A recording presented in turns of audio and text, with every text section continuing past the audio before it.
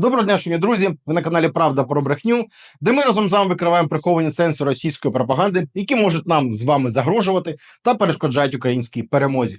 І сьогодні ми поговоримо про брехню Путіна, Меркель та собаку.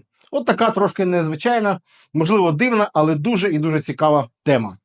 Перед тим, давайте згадаємо два такі моменти, які допоможуть нам у розборі цієї ситуації.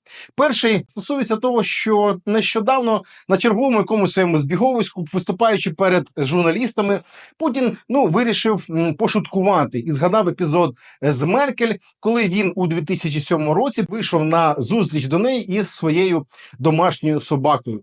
І він тоді здивувався, що Меркель перелякалася, а він розраховував, що це буде таким ось дружнім якимось кроком, який там пом'якшить стосунки і так далі, так далі. І він тоді сказав, що я не знав, що Меркель боїться собак. Це момент один. Во-первых, что касается собачьей темы.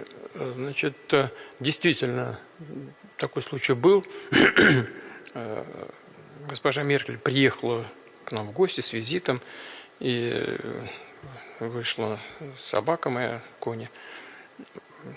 Я, откровенно говоря, я ей уже говорил об этом, Меркель, что я не знал, что она боится собак. Если бы я знал, я бы никогда этого не сделал. Другий. Нещодавно ми розбирали закид такої собі речниці МЗС Кремля Марії Захарової про те, що нібито в мемуарах Меркель згадується Зеленський, і вона його там описує дуже негативно. Як тоді ми викривали, нема у мемуарах Меркель такого штриха, такого опису портрету, де би вона негативно описувала Зеленського. Тоді ми сконстатували, що Захарова збрехала. Але при тому Захарова відкрила такий собі ящик Пандори. Вірніше, не ящик Пандори, а мемуари Меркель. Чому? Тому що, вивчаючи їх, ми знайшли дуже і дуже багато цікавого. І ці цікаві епізоди викривають брехню як самого Путіна, так і всієї російської пропаганди. А зараз про Путіна і про собак.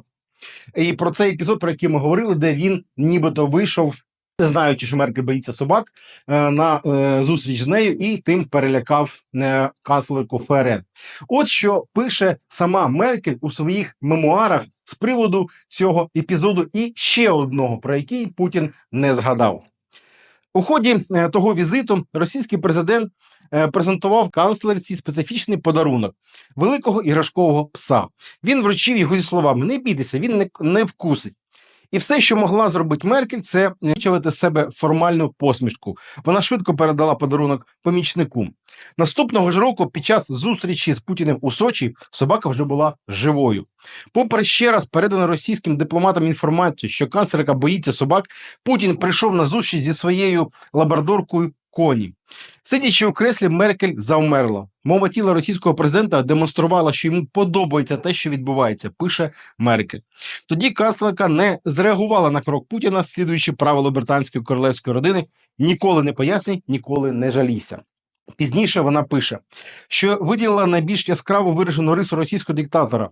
Він дуже болісно реагує на нехтування собою чи приниження, при цьому не припускаючи шансу познущатися над іншими. Це проявлялося, наприклад, у цій ситуації, про яку вона описала. Тож, що ми маємо з цього короткого епізоду, з цього короткого опису ситуації в мемуарах Меркель? Перше, що Путін брехло, патологічне брехло, і він бреше публічно і не соромиться цього, і навіть не розуміє, що це може бути викрите. Бо він, по-перше, не міг не знати про те, що канцлерка ФРН боїться собак, бо, як вона повідомляє, це було повідомлено по дипломатичних каналах. Причому такі повідомлення з певними деталями особистої поведінки, там їжі, характеру того чи іншого політика передаються завжди. Це правило. Тобто Путін не міг не знати, і тому ми віримо Меркель, вона не могла збрехати. Другий момент. З цього опису ми бачимо, що очільник Кремля по великому рахунку садист і маньяк. Тому що людина, знаючи, що вона може нанести біль, шкоду, приниження, переляк своєму опоненту, причому вона до нього не має якихось недобрих намірів, він навмисно робить ситуацію такою, де б його опонент опинився в дуже незручній ситуації. Був принижений, був пригнічений і переляканий. Чи це випадково, як ми бачимо? Ні. Це було зроблено навмисне. Це ознаки, ну, якщо не психічної хвороби, то певного розладу і, ну, особливостей характеру маньяка і садиста.